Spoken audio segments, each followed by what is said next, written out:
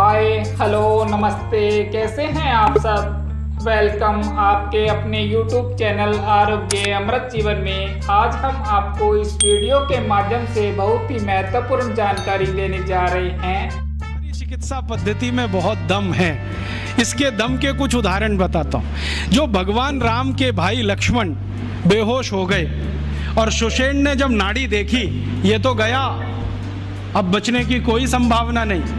तब हनुमान जी को कहा जाके लाओ जल्दी से, मैं कुछ देर तो जीवन बचा सकता हूं, बाकी आगे की गारंटी नहीं है।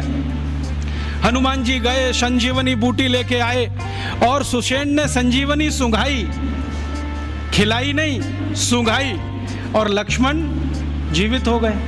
तो कोई तो है दम भाई, ऐसा तो नहीं है सूंघने मात्र से वो जीवित हो गए। हम तो ये महाभारत की कहानी देखते हैं, युद्ध चला है और आप जानते हैं भयंकर युद्ध चला है। भारत के पिछले हजारों साल के इतिहास में सबसे भयंकर युद्ध हुआ है तो महाभारत का युद्ध हुआ है, जिसमें थोड़े बहुत नहीं लाखों लोग मारे गए। लेकिन उस युद्ध में बार बार हमें यह पता चलता है कि सवेरे से शाम तक युद्ध होता है। रात को सभी पालों के वैद्य अपने अपने घायल सैनिकों के घावों पर मरहम लगा रहे हैं, लेपन कर रहे हैं, और अगले दिन वो फिर युद्ध के लिए तैयार हो रहे हैं। ऐसी कौन सी चिकित्सा पद्धति दुनिया में है जो 12 घंटे में आदमी को लड़ने के लिए तैयार कर दे। और महाभारत की ऐसी एक नहीं सैकड़ों कहानियां, उसमें से तो एक कहानी मैं बताता हूं। कौरवों की कहानी जानते हो? 100 थे। एक माता के 100 पुत्र कैसे हो गए? एक माता के 100 पुत्र कैसे हो गए? और अद्भुत बात जो समझने की है, वो 100 के 100 सभी पुत्र एक जैसे, ऊंचाई में एक जैसे, चौड़ाई में एक जैसे, लंबाई सबकी बराबर, हाथों की लंबाई बराबर, शरीर सबका एक जैसा, चेहरा सबका एक जैसा। बड़ा मुश्किल पहचानना। तो ये तो भाई कोई क्लोनिंग हुआ हो तभी संभव है, वरना कैसे संभव है? अभी तो हम प्राकृतिक तरीके से जानते हैं कि 2 ट्विंस भी पैदा हो जाएं तो एक जैसे नहीं होते, लेकिन कौरव तो सबके सब एक जैसे। तो शायद उस समय कोई बड़े महान चिकित्सक रहे हों जिन्होंने गांधारी के रक्त में से कुछ निकालकर क्लोन कर दिया हो, या उनके गर्भाशय से कुछ निकालकर क्लोन किया हो, उसमें से ये कौरव पैदा हुए हों। तो ये क्लोनिंग की टेक्नोलॉजी तो 5000 साल पहले इस देश में थी। यूरोप तो अभी जान रहा है इसको, और यूरोप अभी तक भेड़ बकरियों पर प्रयोग कर रहा है। यहां तो आदमियों पर प्रयोग 5000 साल पहले हुआ। तो कोई तो दम होगा इसमें। हमारे सुश्रुत संहिता को आप जानते ही हैं। आप में से शायद किसी ने पढ़ा होगा, नहीं पढ़ा तो जरूर पढ़िए। सुश्रुत संहिता में बहुत साल से पढ़ता रहता हूं। हालांकि मेरा विषय तो इलेक्ट्रॉनिक्स है, लेकिन मुझे इसमें इंटरेस्ट है। जब जब मैं सुश्रुत संहिता पढ़ता हूँ, माइक्रो लेवल पे जब जाओ तो इतने तरह के उपकरणों के वर्णन उसमें हैं, इतने तरह के उपकरणों के वर्णन है सर्जरी करने के लिए, क्या आश्चर्य होता है। अगर सुश्रुत संहिता से एक एक उपकरण को निकालकर लिस्ट बना दी जाए तो आज के आधुनिक सर्जरी में जितने उपकरण हैं उससे कम नहीं है। और उन उपकरणों को बनाने के लिए जो इस्तेमाल होने वाला मेटल है, फौलाद कहिए, वो सिर्फ आयरन नहीं है। ऐसा मेटल इस्तेमाल है जिसमें 7 धातुएं हैं ताकि उसमें जंग न लगे। और आज के जितने भी अच्छे से अच्छे सर्जरी के उपकरण भारत में हैं, सभी में जंग लगती है, लेकिन सुश्रुत के उपकरणों में जंग नहीं है। तो इतने तरह के उपकरण उस जमाने में बनते थे। सुश्रुत का समय तो कोई आज का नहीं है, कम से कम 3500 साल का है। उस समय अगर ऐसे उपकरण बनते थे तो कोई तो दम होगा इस देश की चिकित्सा व्यवस्था में, ऐसे तो नहीं है। जब यूरोप में और अमेरिका में शरीर की नस काटकर रक्त बहा दो, यही चिकित्सा है, उस समय इस देश में सुश्रुत की राइनोप्लास्टी रही। आपको मालूम है, राइनोप्लास्टी भारत ने दुनिया को सिखाया है। और राइनोप्लास्टी के भारत में 1500 से ज़्यादा केंद्र थे अंग्रेजों की ईस्ट इंडिया कंपनी के आने के पहले तक।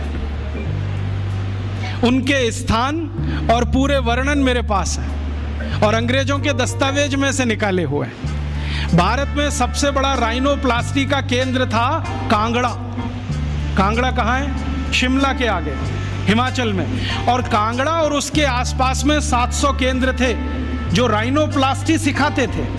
दक्षिण में जबरदस्त केंद्र थे राइनोप्लास्टी के।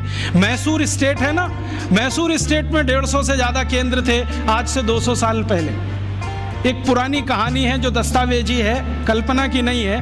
एक अंग्रेज अधिकारी था कर्नल कूट, वो हैदर अली से लड़ा। हैदर अली ने उसको परास्त किया। परास्त करने के बाद उसकी नाक काट दिया, क्योंकि हमारे राजा ज्यादा से ज्यादा यही करते थे, गला नहीं काटते थे, नाक काट दिया, कान काट दिया। क्यों? क्योंकि नाक कटना ही बहुत बड़ी बदनामी होती थी। तो नाक काट दिया उसका। कटी हुई नाक लेके वो भागा कर्नल कूट। वो खुद अपनी डायरी में लिख रहा है कि जब मैं युद्ध में हार गया, हैदर अली ने मुझे नाक काट दी, हाथ में लेकर मैं भागा और हैदर अली की सीमा खत्म हुई मैसूर राज्य की, तो बेलगाम नाम का एक गांव आया। वहां पर एक वैद्य ने मेरी सर्जरी की। 21 दिन मुझे अपने घर में रखा, सर्जरी करके लेपन लगाया, मेरी नाक जोड़ दिया। और आज मैं पार्लियामेंट के सामने कह रहा हूं कि भारत के वैद्यों को इतना ज्ञान है, वो ये सब कर सकते हैं। इसलिए हमें भारत में अपने लोगों को भेजकर ये विद्या सीखनी चाहिए। ये उसका भाषण है हाउस ऑफ कॉमन्स। तो कर्नल कूट के इस भाषण को सुनने के बाद अंग्रेजी सरकार ने तय किया, चलो कुछ लोगों को भेजो। तो अंग्रेज आए, उन्होंने यहाँ सर्जरी सीखना शुरू किया। और जो अंग्रेजों ने सर्जरी सीखा है वो लिख रहे हैं कि जो जातियां भारत में सर्जरी में मास्टर थी वो सब नाई थे। नाई समझते हैं? बाल काटने वाले, ये सब सर्जन थे 200 साल पहले। हाँ, सब सर्जन थे 200 साल। अब जरा सोचो कि नाई अगर सर्जन रहे हों तो वो पिछड़ी जाति कैसे हुई? अंग्रेजों ने उनको 1881 के सर्वे में पिछड़ी जाति घोषित किया। उसके पहले इस देश में नाई कभी भी पिछड़ी जाति में नहीं थे। 1881 में सेंसस हुआ सबसे पहला, और आज तक वो चल रहा है, हर 10 साल में होता है जनसंख्या का गणना। अंग्रेजों ने पहली गणना में नाइयों को पिछड़ा वर्ग में डाल दिया। और एक अंग्रेज कहता है कि ये अच्छा ही है, क्योंकि ये विद्या में इतने ऊंचे हैं, अगर इनको नीचे नहीं लाओगे ये गुलामी कभी स्वीकार नहीं करेंगे। और आज हमारी सरकार भी उनको पिछड़ा ही कहती है। उनके हाथ में इतना हुनर है, उंगलियों में इतनी फ्लेक्सिबिलिटी है। वो आप देखते हैं ना, बाल काटते समय वो गर्दन भी काट सकते हैं, सोचो ना। और इतनी सफाई से उस तरह चलाते हैं, उस तरह से वो किसी ट्यूमर को भी काट के निकाल सकते हैं। ये सब बहुत बड़े सर्जन रहे। और आज से 200 साल पहले के दस्तावेज बताते हैं कि कांगड़ा और उसके आसपास, कुर्ग और उसके आसपास, मैसूर और उसके आसपास जितने सर्जरी सिखाने वाले केंद्र थे, उन सबके आचार्य नाई ही थे जातियों। ये सब सर्जन थे। और इन्होंने जो सर्जरी सिखाई है वो हिंदुस्तान के गांव-गांव फैलाई। फिर अंग्रेजों ने क्या किया, ये जो सर्जरी सिखाने वाले केंद्र थे, इन सबको गैर कानूनी घोषित कर दिया। एक कानून बनाया जिसका दुर्भाग्य से नाम है इंडियन एजुकेशन एक्ट। उसमें इंडियन कुछ भी नहीं है, नाम उसका इंडियन एजुकेशन एक्ट। उस कानून में उन्होंने ये तय किया कि भारतीय विद्याओं को सिखाने वाले जितने भी केंद्र हैं वो सब गैर कानूनी। तो उन पे ताले डलवाए गए, नहीं डाले तो मरवाया गया, उनको आग लगवाई गई, कितने लोगों को जिंदा जला दिया। वो कहानी सुने तो आपकी आंखों से आंसू निकल आए। ये अत्याचार 100 साल हुआ, उसमें ये विद्या खत्म हो गई। और फिर बेईमान अंग्रेजों ने क्या किया कि यहां से सर्जरी सीखा और उनके अपने रिकॉर्ड्स में वो सब है। हिंदुस्तान को ये बताया कि देखो हम तुम्हें वापस सिखा रहे हैं।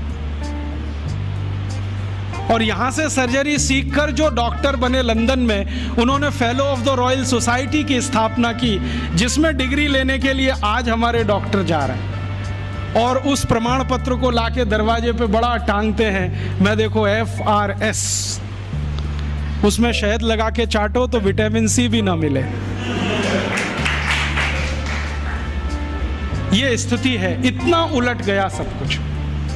सर्जरी में ये था, मेडिसिन में इससे अद्भुत था भारत। और मेडिसिन में अद्भुत होने का कारण है विशेष किस्म की दवाएं यहाँ पर हैं।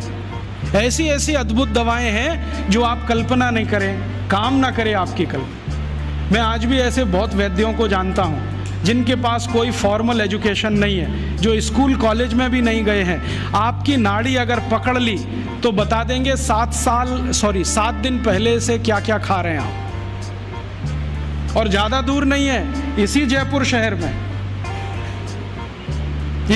शहर में उनका कोई फॉर्मल एजुकेशन नहीं है।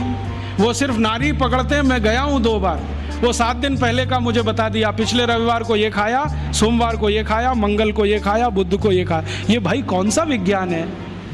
ये तो दुनिया से करोड़ों रुपए खर्च करके लाई गई मशीनें नहीं बता पाती कि हफ्ते भर पहले हमने क्या खाया था। और नाड़ी पकड़ के सारा का सारा डायग्नोस कर लेना कि आपको यही है और वही निकले, ये तो कुछ अद्भुत है।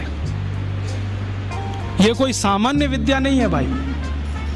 मैंने ऐसे तमाम वैद्यों को देखा है जो नाड़ी पकड़ के बताते हैं कि आपको ट्यूमर है, गर्भाशय में है, यहाँ है, यहाँ है। और हम जब आधुनिक चिकित्सा शास्त्र में परीक्षण कराते हैं वहीं निकलता है। एक वैद्य तो मैंने ऐसे भी देखे हैं केरल में, कोटक्कला में, वो साइज बता देते हैं, इस साइज का है, नाड़ी पकड़ी और बता दिया इस साइज का है, और वहीं निकलता है। इसका माने इस भारतीय विद्या में कोई दम है, और वो दम अगर हमको दिखाई दे जाए तो आत्मविश्वास हमारा लौट आएगा और हमारी हीन भावना कुछ कम हो जाएगी। और हीन भावना कम हो जाए तो हम शायद दुनिया जीत लेंगे।